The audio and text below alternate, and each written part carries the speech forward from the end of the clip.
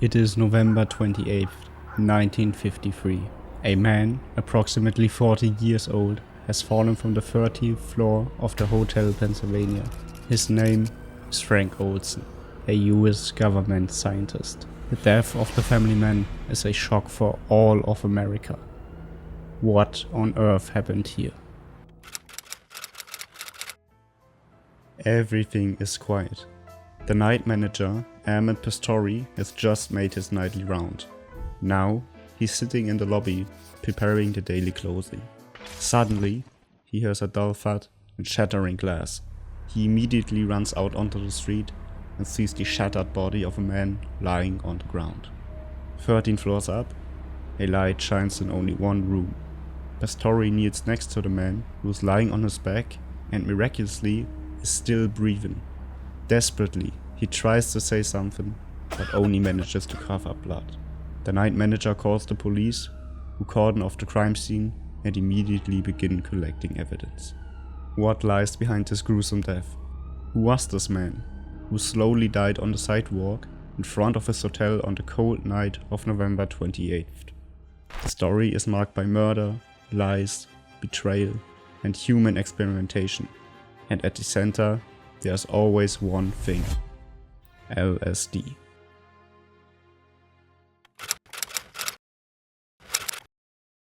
Apparently, Frank Rudolph Olson lived a nearly perfect life. Born on July 17, 1910 in Hurley, Wisconsin, he grew up in humble circumstances. In 1938, he earned his PhD in bacteriology at the University of Wisconsin-Madison. There he also met his wife Alice, with whom he would have 3 children: Eric, Niels, and Lisa. But behind this facade lies a man with access to one of the USA's best kept secrets. Since 1943, Olson has been working in the heavily guarded Fort Detrick, the center of American biological warfare.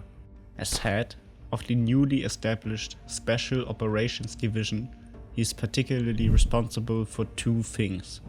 Firstly, the coordination of the entire facility, including all employees and experiments being conducted. And secondly, experiments with anthrax bacteria. Frank is responsible for the development of a deadly virus designed for mass destruction. In 1950, Olson became the CIA's leading researcher due to his outstanding work. That's why they assigned him to the leadership of Operation Sea Spray. In this secret test, the military spread supposedly harmless bacteria into the air. Huge amount of toxins were sprayed all across America. And this happened in the country's most important cities: San Francisco, New York City, Minneapolis, and Washington. The researchers wanted to find out how the city smog helps spread the pathogens. What was declared harmless, however, led to huge problems. 10 people were hospitalized with urinary tract infections, pneumonia, and blood poisoning. At least 1 person died. A fact that was covered up for decades. Despite this failure, Frank was at the peak of his career in 1953. He was a renowned researcher and high-ranking government official. Because of that, Olson knew all sorts of CIA secrets. The same year, he was sent to a CIA black site in Berlin, Germany, as a poison expert. He was tasked with overseeing special forms of interrogation. Frank also involuntarily witnessed extreme torture. 1 man even died as a result of this interrogation, from a poison Frank had developed. The experiences had such a profound impact on him that he even began to doubt his work at the CIA. Back in the USA, he received an invitation from Sidney Gottlieb, head of the CIA's chemical division, and thus Frank's direct superior. The two met with 8 senior CIA officials on November 19, 1953 at Deep Creek Lake. Officially, it was described as a work retreat. Olson and his 9 colleagues were apparently spending a relaxing weekend, far away from the oppressive lab work. The mood was euphoric, they were discussing everyday things, and a bottle of whiskey was being passed around. 20 minutes after the first sip, Gottlieb suddenly raised his voice. Are any of you feeling strange? The question hung heavy in the room. Some men exchanged nervous glances. In fact, several of them aren't feeling entirely well, including Frank Olson. His thoughts began to race, his pulse quickened, and he sweated profusely. At that moment, Gottlieb revealed that some of the drinks had been laced with a new substance, lysergic acid diethylamide, or LSD for short. Frank couldn't believe it. He himself was now the target of the CIA experiments. Experiments like Operation Sea Spray, which he had led. In the days that followed, he became increasingly paranoid about his betrayal, barely spoke to his family, and finally resigned. Gottlieb, however, reacted swiftly. He persuaded Frank to stay with the CIA and offered him psychological help. Frank agreed and was driven to New York by Robert Lashbrook, a close confidential of Gottlieb's, to conduct a meeting with psychiatrist Dr. Harold Abramson. The two talked for over an hour, and Frank actually seemed to calm down. He even went so far as to talk about his family. He revealed that he was ashamed to face them because he had made a terrible mistake. Dr. Abramson convinced him to check himself into a hospital, supposedly to recover from the stress of work and his trauma. What Frank didn't know, however, was that Abramson wasn't a psychiatrist. He was just an allergist working for the CIA. His specialty was research into a new, highly potent hallucinogen, the drug LSD. Because Frank didn't know this, he was persuaded to visit a hospital in New York. And the evening before starting his treatment, he checked into room 1018A at New York's Pennsylvania Hotel with Robert Lashbrook to spend the night. At 2:30 a.m., a window suddenly shattered, and seconds later, Frank Olson lays wide-eyed open on the street in front of the hotel. The official story is, Olson got up in the middle of the night, took a running start, and jumped straight through the closed window into his death. Lashbrook, who had shared the room with Frank, acted quickly and decisively. Just minutes after the jump, he had already made 2 phone calls. The first one was to Sidney Gottlieb. Lashbrook informed him of what had happened and requested a crisis management team to dispose of evidence. The second call was to the alleged psychiatrist of the CIA, Dr. Abramson, and this one was short. Well, he's gone.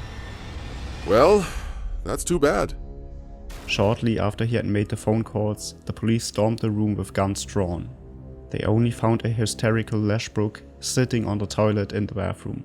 He told them that Frank was a government scientist and was in New York to see a doctor.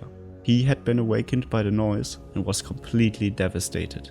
The story made sense to the police and the Frank Olson case was closed. At least until 1994, when it would cause one last stir.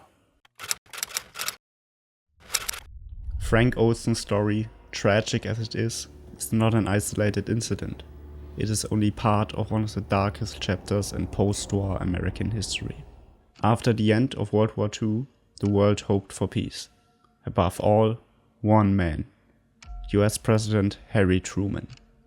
To demonstrate his goodwill, he even dissolved the Office of Strategic Services, a US spy agency from World War II. What he doesn't know, however, is the war isn't over at all.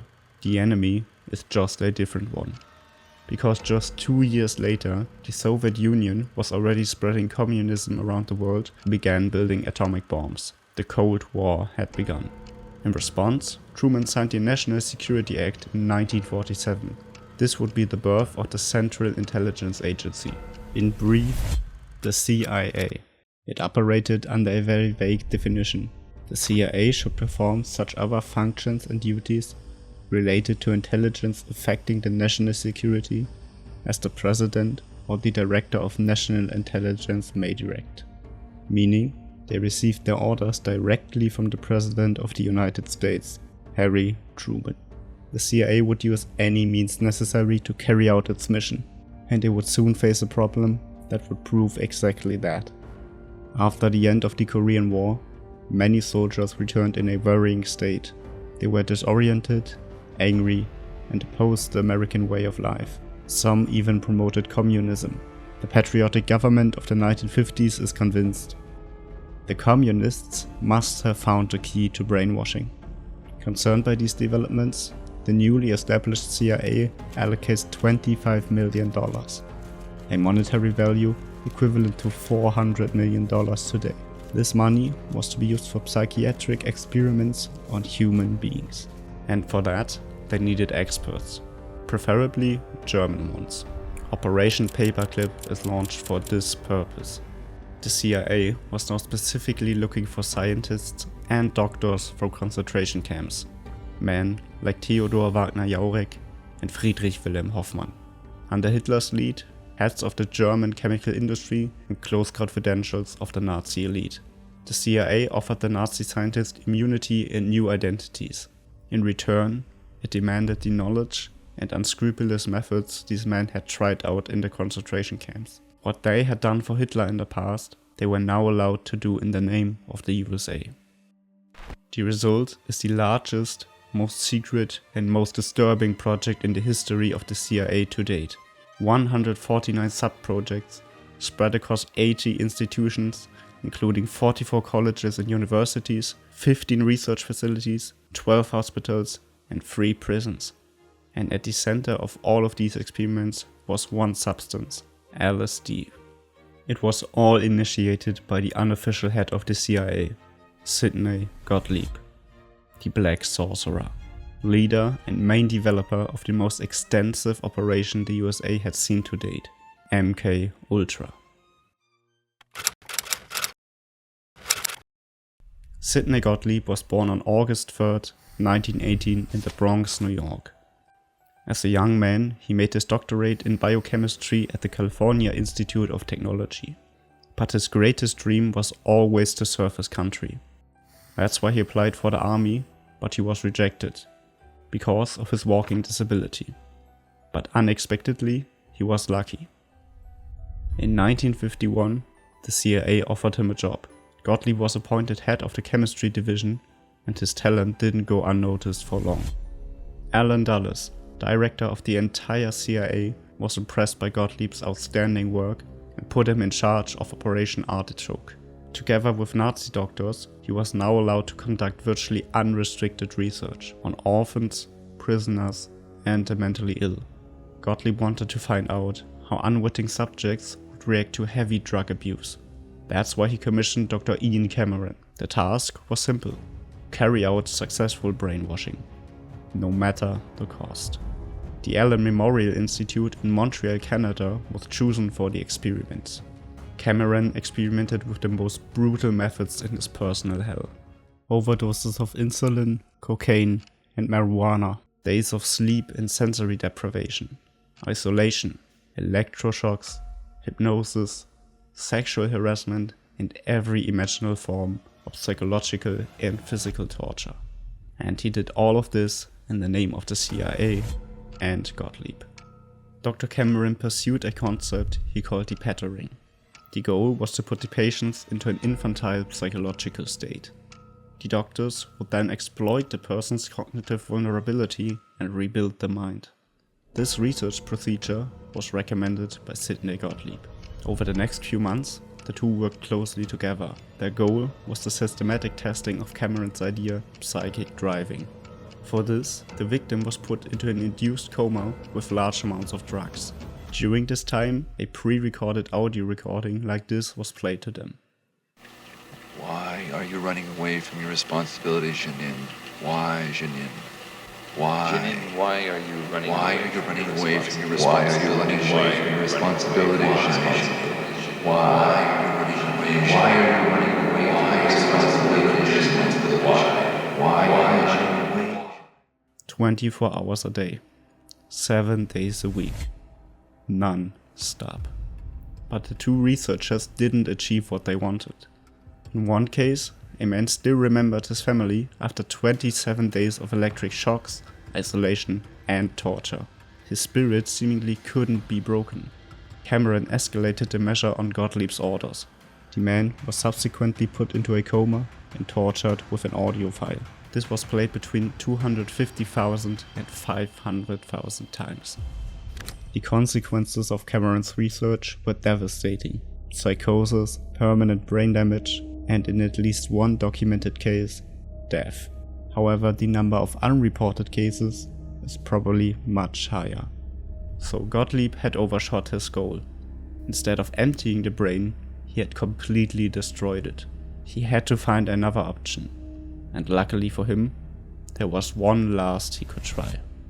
In 1943, the Swiss chemist Albert Hofmann was researching a circulatory drug in a pharmaceuticals company's laboratory. He synthesized a substance, a small amount of which was absorbed through his skin, and this catapulted him into a true nightmare. Hoffmann thought he was going to die, a feeling that only subsided after several minutes. What remained was an intense feeling of happiness. He had just experienced humanity's first LSD trip. What he didn't know, however, was that this drug would change the course of history forever. The CIA was extremely interested in Hoffmann's invention, Gottlieb in particular. So much so that he tried LSD for himself to see the effects, an experience he would never forget. From that day on, he was convinced that LSD was the key to everything he had been trying in vain for so long. However, there was a huge problem. At the same time as Gottlieb's breakthrough, the CIA obtained information that suggested something frightening. The Soviet Union already knew about LSD, and they could produce it on a large scale. If that were true, the US would be at a significant disadvantage. Gottlieb saw only one solution. The effects of LSD had to be studied as precisely as possible. So, he abandoned Project Artichoke and developed it into the gruesome project that would change the life of several hundred people forever. MK Ultra. Initially, the test subjects in this project were volunteer CIA employees. But that wasn't enough for Gottlieb. He was willing to try any conceivable method that could break the spirit, no matter how cruel it might seem. To protect MK Ultra, he developed an extremely complex system. He divided the project into 149 sub-projects. Those responsible for the individual sub-projects had no idea what they were researching. They didn't know the bigger picture. Only one man in the background knew that. The Black Sorcerer. And he was desperate to understand the effects of LSD on the mind.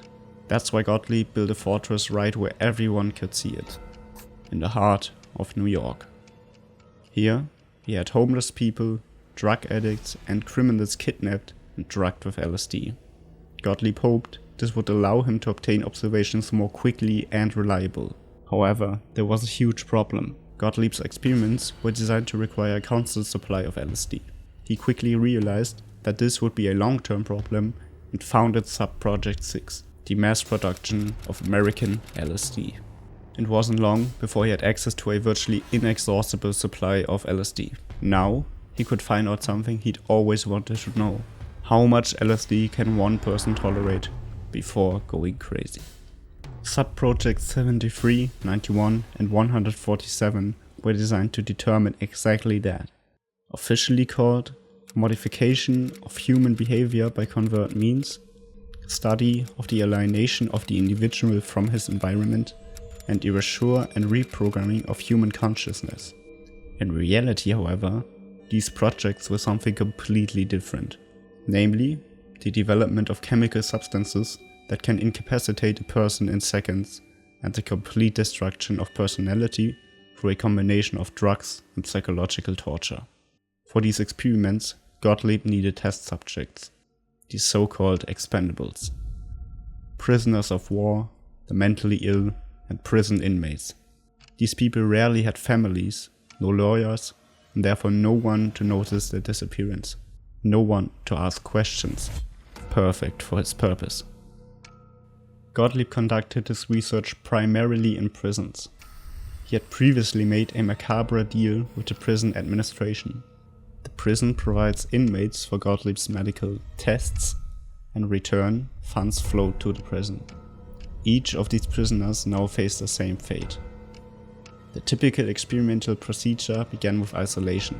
The victims were locked in cells, without any contact to the outside world. Next, they were sedated with drugs. The doses Gottlieb administered were incredibly high, 300 milligrams of LSD, 30,000 times a normal dose. This is well known today because Gottlieb was very meticulous in his research and documentation. In addition to the doses administered, the effects, and the health status of the victims, he also created a kind of schedule so that the research could be carried out more efficiently. This included a precise timeline, which could have looked something like this. 6 AM. The inmate is awakened and is not given any food to intensify the effect of the drugs. 7 AM. First dose of LSD, often with additives such as BZ or scopolamine, administered in drinking water or by injection. 8:30 AM. Audio-visual stimulation begins. Aggressive flashes of light, dissonant noises, and confusing images that cause severe brain damage. These are usually irreversible and only worsen until death. 10 AM. Interrogation.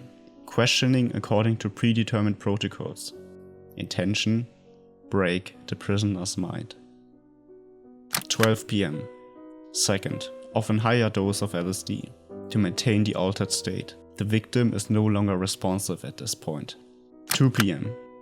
Stress exposure. Confrontation with fears, often for simulated threatening situations. The victim fails to react, only the flight instinct still kicks in. 4 PM.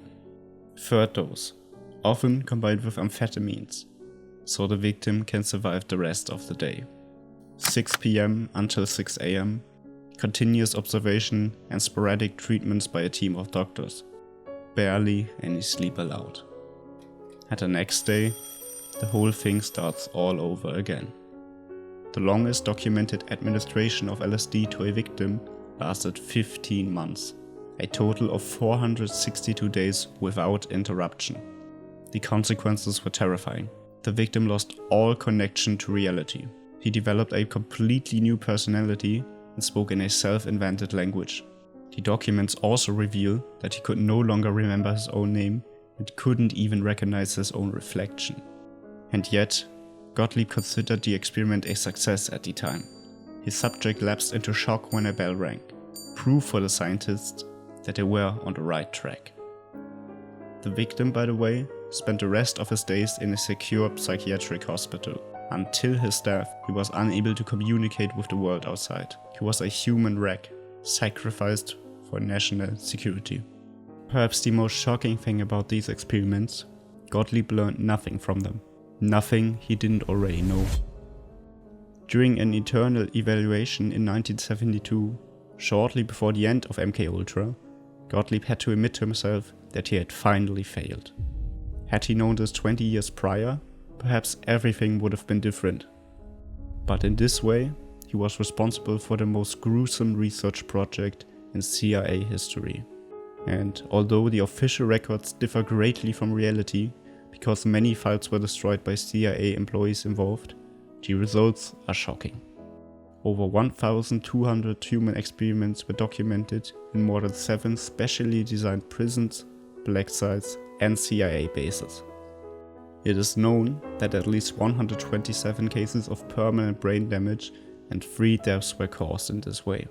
One of them was Frank Olson.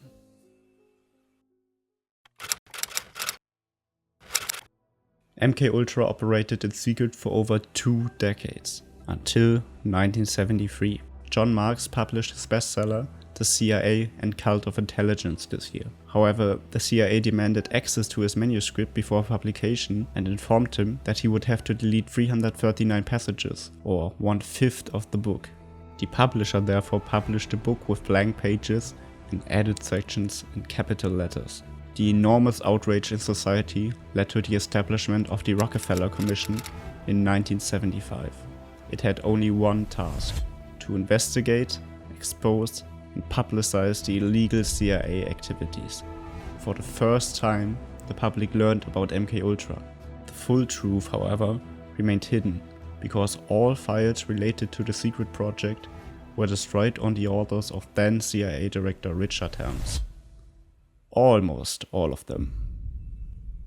In 1977, during a routine investigation of a CIA's financial archive, 20,000 files relating to MKUltra were discovered that had been overlooked. but the project is apparently just an experiment by a mad scientist. Nothing indicates the global network that Gottlieb had built over the last 2 decades. Marx requests these files and spends the next 2 years investigating them. He published his findings in 1979.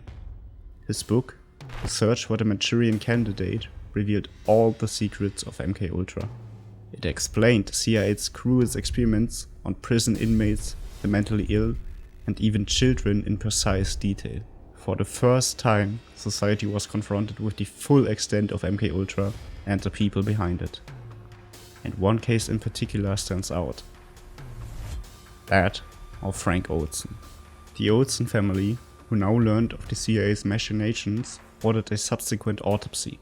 The results were shocking. Frank had no cuts or pieces of glass in his body, which would have been expected since he jumped out of a window. And even more surprising, although he landed on his back, he had several fractures to the skull, directly above the left eye. The injuries indicated a blow with a blunt object rather than a fall. In 1997, the CIA also declassified a training manual about it, a study of assassination. Written in 1953, although it was unsigned, Sidney Gottlieb was identified as the author. The manual describes a simple guide to murder designed to attract little attention. When the decision to assassinate has been reached, the tactics of the operation must be planned. The most important thing is that no paper should ever contain evidence of the operation. To make it look like an incident, the victim is dropped from 75 feet or more onto a hard surface. If the assassin immediately sets out an outcry, playing the horrified witness, no alibi or surreptitious withdrawal is necessary. When successfully executed, this method causes little excitement and is only casually investigated. This guide to the perfect murder was presumably also used for Frank Olson. To this day, no evidence of planning has ever been found, and for more than 20 years his death was ruled as an accident. Furthermore, Lashbrook played the role of the horrified witness perfectly, at least when the police arrived. That's why the investigation into the supposed accident were extremely brief. Jumping out of a window wasn't worth the effort of detailed analysis. Gottlieb and the CIA had thought of everything. It is precisely because of this perfect planning that MKUltra remained hidden for so long and is a project of unprecedented scale even to this day. The methods used were cruel, brutal, and repulsive. Those responsible repeatedly emphasized that they were doing their country a service. But how great is this achievement really if it was built on drug-related murders, torture, and lies? MKUltra was officially shut down in 1973. The true extent of the damage is still unknown and will likely never be known. But one thing is for certain though. What happened back then in secret labs continues today in a different form. The question isn't whether it's still happening. The real question is where and to whom.